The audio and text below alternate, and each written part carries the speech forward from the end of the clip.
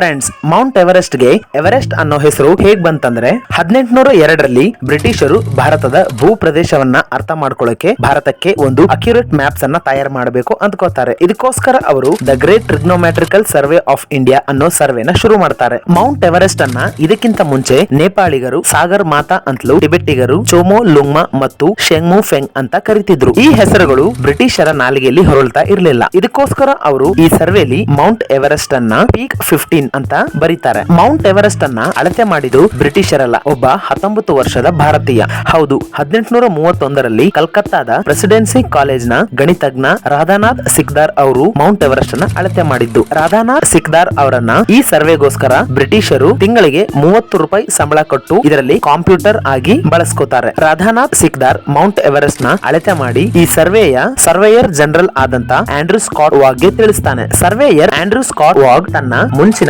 Surveyor general ಆದಂತ George Everest ಅವರ ಹೆಸರನ್ನ ಇಡ್ತಾನೆ. George Everest British military engineer ಆಗಿರ್ತಾನೆ. The great trigonometrical survey of ಇಂಡಿಯಾದಲ್ಲಿ ಈತ ಸರ್ವೇಯರ್ ಜನರಲ್ ಆಗಿ ಕೆಲಸ ಮಾಡ್ತಿರ್ತಾನೆ. ಫ್ರೆಂಡ್ಸ್, ಇಲ್ಲಿ ಇಂಟ್ರೆಸ್ಟಿಂಗ್ ವಿಚಾರ ಏನಂದ್ರೆ ಜಾರ್ಜ್ ಎವರೆಸ್ಟ್ ಅವರು ಮೌಂಟ್ ಎವರೆಸ್ಟ್ ಅನ್ನ ತನ್ನ ಜೀವನದಲ್ಲಿ ಒಂದು ಸಲನೂ ನೋಡಿಲ್ಲ, ಇದರ ಹತ್ರನೂ ಬಂದಿಲ್ಲ. ಫ್ರೆಂಡ್ಸ್, ಈ ವಿಡಿಯೋದ ಇನ್ಫಾರ್ಮೇಶನ್ ಇಷ್ಟ ಆದ್ರೆ ಈ ವಿಡಿಯೋಗೆ ಜಸ್ಟ್ ಒಂದು ಲೈಕ್ ಅನ್ನ ಕೊಡಿ.